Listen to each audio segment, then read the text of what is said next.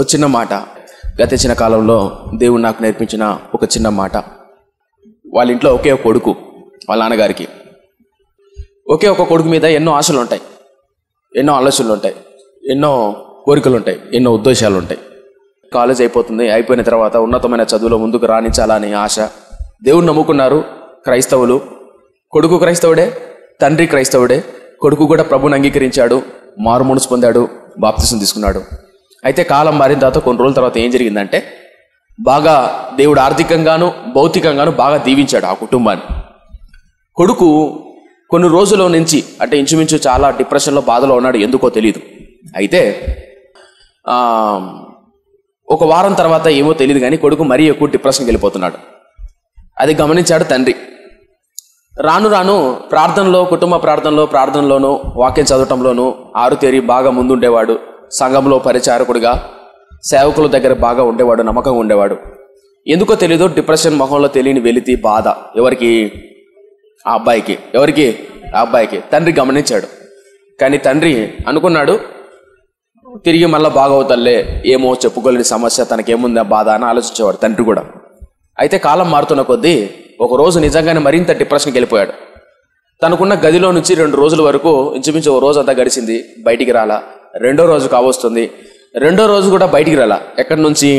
తన గదిలో నుంచి. తల్లి బాధపడుతుంది, ఎందుకంటే భోజనానికి రావట్లే, బయటికి రూమ్లో నుంచి బయటికి రావట్లే, ఏమైందని. తల్లి వెళ్ళి డోర్ కొడితే ఏం మాట్లాడేవాడు కాదు, లోపల నుంచి ఏ శబ్దం వచ్చేది కాదు. తల్లికి భయం వేస్తుంది.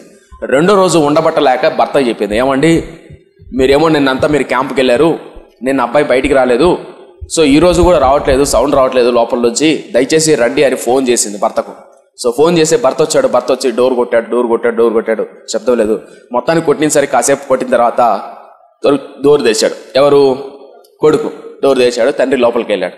లోపలికి వెళ్ళిన తర్వాత ఏమైంది నాన్న అన్నాడు. ఎవరిని? కొడుకును. అప్పుడు కొడుకు చెప్తున్నాడు తండ్రితో, ఏం లేదులే నాన్న, ఏం లేదు, కొంచెం మనసు ఏం బాగాలేదు అందుకనే. అదే నీ మనసు బాగాలేకపోవడానికి కారణం ఏంటి?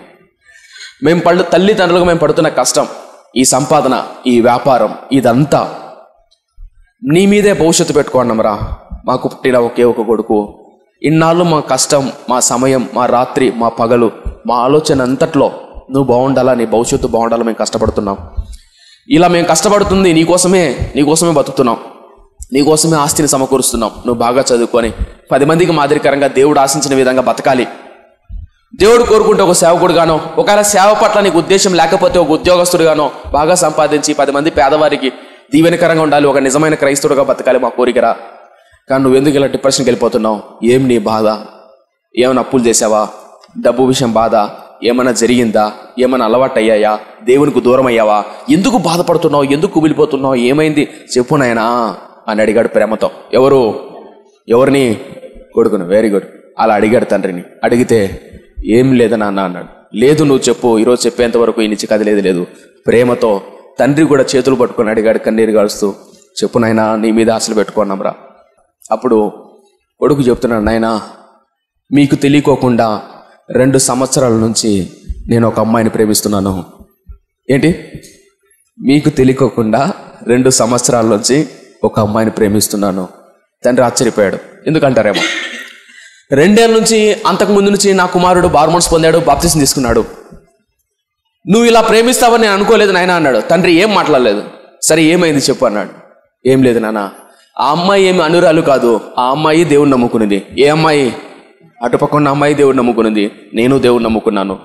ఇద్దరము దేవుని నమ్ముకొని భవిష్యత్తులో దేవుని చిత్తం అయితే దేవుని చిత్తానుసారంగా బతకాలని కోరిక 2 సంవత్సరాల నుంచి ఎవరికీ తెలీదు మేము ప్రేమించుకుంటున్నాం. అంటే మాట్లాడుకోవడం మాత్రమే, ఏ పొద్దు మేము శారీరకంగా కలవడం కానీ అసభ్యకరంగా లోకంలో చేసినట్టు చేయలేదు నాన్న. మరి ఏమైంది? మరి ఎందుకు బాధపడుతున్నావు? ఈ 2 ఏళ్ళలో ఎంతో ప్రేమించారు, తన మీద ఆశలు పెట్టుకున్నాను నాన్న. మరి ఏమైంది? ఇంకొన్ని రోజుల్లో చదువు అయిపోతుంది, మళ్ళీ ఏంటి నీ బాధ అంటే, ఇప్పుడు ఆ అమ్మాయి నన్ను వదిలేస్తుంది, నువ్వు నాకు అవసరం లేదు, వద్దు అంటుంది. నువ్వు నాకు వద్దు, నువ్వు నాకు అవసరం లేదు, మన ఇద్దరికి సెట్ కాదు, అవి ఇవి లేని పని మాటలు చెప్పి గొడవ వేసుకొని వద్దు, ఉండద్దు, నా జీవితంలోకి వద్దు, వెళ్ళిపో అంటుంది నాన్న. నేను ఏం తప్పు చేశాను? అందరిలాగా నేను లోకంలో అనుసారంగా బతకలేదు నాన్న, పవిత్రంగానే బ్రతుకుతున్నాను. ఏ రోజు నేను ఆ అమ్మాయిని తాకను కూడా తాకలేదు, ఏ రోజు నేను ఆ అమ్మాయి పక్కన కూడా నిలబడి సాహసం చేయలేదు. కేవలం ఫోన్ల వరకు మాట్లాడుకొని వాక్యం చదువుకునే వాళ్ళం, ప్రార్థన చేసుకునే వాళ్ళం. నిజంగా అలా పవిత్రమైన దృష్టితోనే, పవిత్రమైన భావంతోనే బతికేవాళ్ళం. కానీ ఈరోజు ఆ అమ్మాయి నన్ను వద్దనుకుంటుంది, నన్ను మోసం చేసింది అని బాధతో కుమిలిపోయి ఎక్కెక్కి ఏడుస్తున్నారు. ఇప్పుడేంటి నీ సమస్య? నానా, నేను దేవుని కంటే ఎక్కువ అమ్మాయిని ప్రేమించాను. ఇప్పుడు నేను దేవుని పరిచర్య మీద, ఆయన వాక్యం చదివేందు నా చదువు మీద ఫోకస్గా ఉండలేకపోతున్నాను. ఇప్పుడు ఆ అమ్మాయి నుంచి బయటికి రాగలనా అని కొడుకు ఏడుస్తూ అడుగుతున్న తండ్రి. అర్థవుతుందా? ఇప్పుడు ఆ అమ్మాయి నుంచి బయటికి రాగలనా? దేవుని కంటే ఎక్కువగా ప్రేమించాను, ఇప్పుడు ఆ అమ్మాయి నుంచి నేను బయటికి పడాలి, ఆ డిప్రెషన్ నుంచి బయటపడాలి. నాకు ఏదైనా మార్గం ఉందా? నా వల్ల కావట్లేదు, ఏకాగ్రతతో చదవలేకపోతున్నా, ఏకాగ్రతతో ప్రార్థన చేసుకోలేకపోతున్నా, ఏం చేయమంటావు అని ఏడుస్తూ అడుగుతున్నాను. అప్పుడు తండ్రి ఒక స్నేహితునిలాగా, ఆ ప్లేస్లో మీరు ఏం చెప్తారు? పనికిమాలోడా, దుర్మార్గుడా అని తెడ్డు కట్టే బెల్ట్ తీసుకుని కొడతారా? ఏం చేస్తారు? వయసుకు వచ్చిన కొడుకు. సరే, తండ్రి ఒక స్నేహితుల్లాగా చేయి పట్టుకొని చెప్పాడు, నాయనా, ఈ భూమి మీద నీ కన్న తల్లిదండ్రులమైన మేము ఒక దినాన నిన్ను వదిలిపెట్టి వెళ్ళిపోతాం. ఒక దినాన నిన్ను వదిలిపెట్టి వెళ్ళిపోతాం. నిన్ను చేసుకోబోయే అమ్మాయి, నువ్వు వృద్ధాప్యం వచ్చేంత వరకు నీతో కలిసి ఉండే అమ్మాయి, ఎన్ని కష్టాలు వచ్చినా, ఎన్ని నష్టాలు వచ్చినా నేను నీతో ఉంటాను అనగలిగే అమ్మాయి అయితేనే నీకు బాగుంటుంది. ఏ కారణమో చెప్పుకోకుండా నువ్వు నాకు వద్దు అనే వాళ్ళు, టైంపాస్ కోసమో లేదంటే ఇంకో దాని కోసమో చేసేవాళ్ళు ఉంటారు.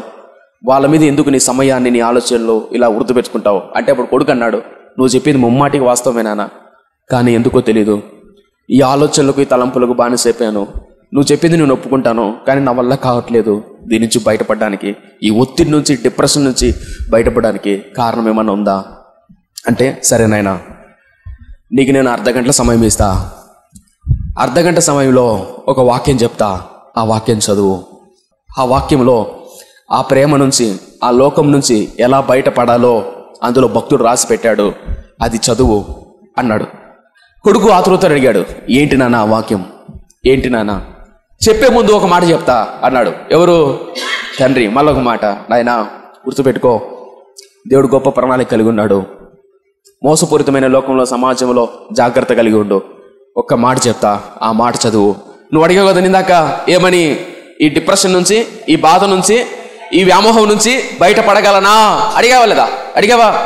తిరిగి నేను మళ్ళా ఆత్మీయంగా, తిరిగి మళ్ళా ఏకాగ్రతతో, తిరిగి మళ్ళా ఆత్మీయంగా నా చదువు విషయంలో, దేవుడు నా అప్పగించిన పరిచయ విషయంలో నమ్మకంగా ఉండగలనా అని అడిగా కదా?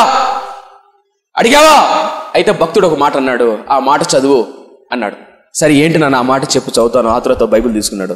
తీసుకున్న తర్వాత నాన్న చెప్పాడు, రోమిలికి రాసిన పత్రిక 8వ అధ్యాయం 35వ వచనం చాలా చాలా చాలా ప్రాముఖ్యం. ఏ వచనం? 35వ వచనం. అమ్మాయి ప్రేమ నుండి, ఏముంది అక్కడ? క్రీస్తు ప్రేమ నుండి మనల్ని ఎడబాపు వాడేవాడు. శ్రమ అయినను, బాధ అయినను, హింస అయినను, కరువైనను, వస్త్రహీనత అయినను, ఉపద్రవమైనను, ఖడ్గమైనను మనల్ని ఎడబాపునా. 37వ వచనం. అయినను మనల్ని ప్రేమించిన వాని ద్వారా మనము వీటన్నిటిలో అత్యధిక విజయము పొందుతున్నాము. రైట్, తలపగద.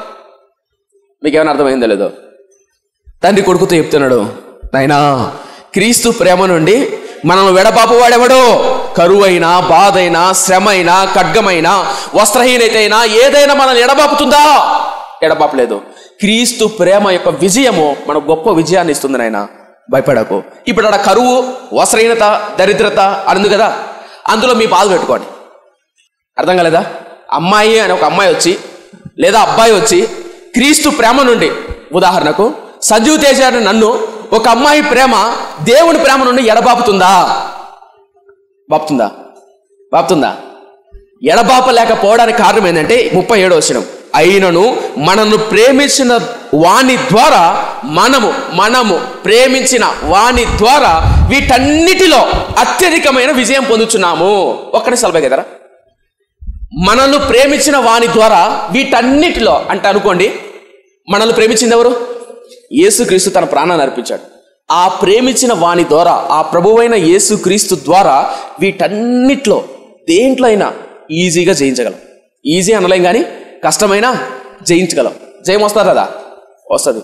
తండ్రి కొడుకు చెప్పాడు, ఏమని తెలుసా? శరీర కోరికలు, జారత్వము, అపవిత్రత, ప్రేమ, వ్యామోహం, అమ్మాయి అనే బానిసత్వం, అబ్బాయి అనే బానిసత్వం నుంచి బయటికి రాలేకపోతున్నావు. నా కుమారుడా, నాకున్నది ఒకే ఒక కొడుకురా, దీని నుంచి బయటికి రావాలంటే ఒకే ఒకటి ఏంటో తెలుసా? నాకంటే ఎక్కువగా దేవుడు నిన్ను ప్రేమిస్తున్నాడు. ఆ దేవుని ప్రేమ నుంచి నువ్వు వీటన్నిటిలో నుంచి బయటికి రాగలవు అని తండ్రితో పాటు పక్కన మోకాళ్ళుండి ప్రార్థన చేయడం మొదలుపెట్టాడు. ఏమని? తండ్రి, తెలిసో తెలియక మోసపోయాను, బానిసత్వంలో పడిపోయాను, లోక ప్రేమలో పడిపోయాను, వీటి నుంచి నన్ను లేవనెత్తు. ఎందుకు ఈ మాట చెప్తున్నా అంటే, ఈరోజు చాలామంది యవనస్తులు అమ్మాయి ప్రేమకు, అబ్బాయి ప్రేమకు బానిసలైపోయి దేవుని పరిచర్యను, దేవుని సన్నిధిని వెనుక పెట్టి డిప్రెషన్లోనూ, బాధలోనూ దేవుడు గొప్ప వరాలు ఇచ్చింటాడు, గొప్ప తలాంతులు ఇచ్చింటాడు, వాటన్ని పక్కన పెట్టి దేవుని ఉన్నతమైన సంకల్పాన్ని పోగొట్టుకున్న వాళ్ళు ఎంతోమంది ఉన్నారు. దయచేసి ఈ వాక్యాన్ని వింటున్న వాళ్ళు ఎవరైనా ఒక అన్నగా, ఒక తమ్ముడిగా చెప్తున్నా, దయచేసి ఆ బానిసత్వం నుంచి బయటికి రండి. రావాలంటే ఏం చేయాలి? నా చేత రావట్లేదన్నా. ఎలా అన్నా? నిన్ను ప్రేమించిన క్రీస్తున్నాడు, ఆ క్రీస్తు ద్వారా వీటన్నిటిలో నుంచి జయాన్ని పొందుకోవాలి. ఒక్క మాట అడిగితే చాలు. ఏ మాట? బానిస అయిపోయాను, లేవనెత్తయ్యా. నువ్వు నన్ను ప్రేమిస్తున్నావు. ఎంతలా ప్రేమిస్తున్నావు? నీ ప్రాణం పెట్టి ఎంతలా ప్రేమిస్తున్నావు. చీటీ మాటికి అలిగిపోయే అబ్బాయిలు, నమ్మకత్వం లేని అమ్మాయిలు, నమ్మకత్వం లేని ఈ ప్రేమ, ఈ వ్యామోహాల్లో పడి నేనెందుకు నా జీవితాన్ని పాడు చేసుకోవాలా? ప్రాణం పెట్టి ఎంతలా ప్రేమించిన నిన్ను వదిలిపెట్టి, ఏమన్నా అర్థం చెప్పేది? ప్రాణం పెట్టేంతలా ప్రేమించిన క్రీస్తుని వదిలిపెట్టి వెళ్ళిపోయి, ఆయన చిత్తాన్ని వదిలిపెట్టి వెళ్ళిపోవడం క్షేమమా? క్షమంటారా? ఆయన పట్టుకుంటే నమ్మకమైన అమ్మాయిని, నమ్మకమైన అబ్బాయిని మనకి ఇవ్వడా?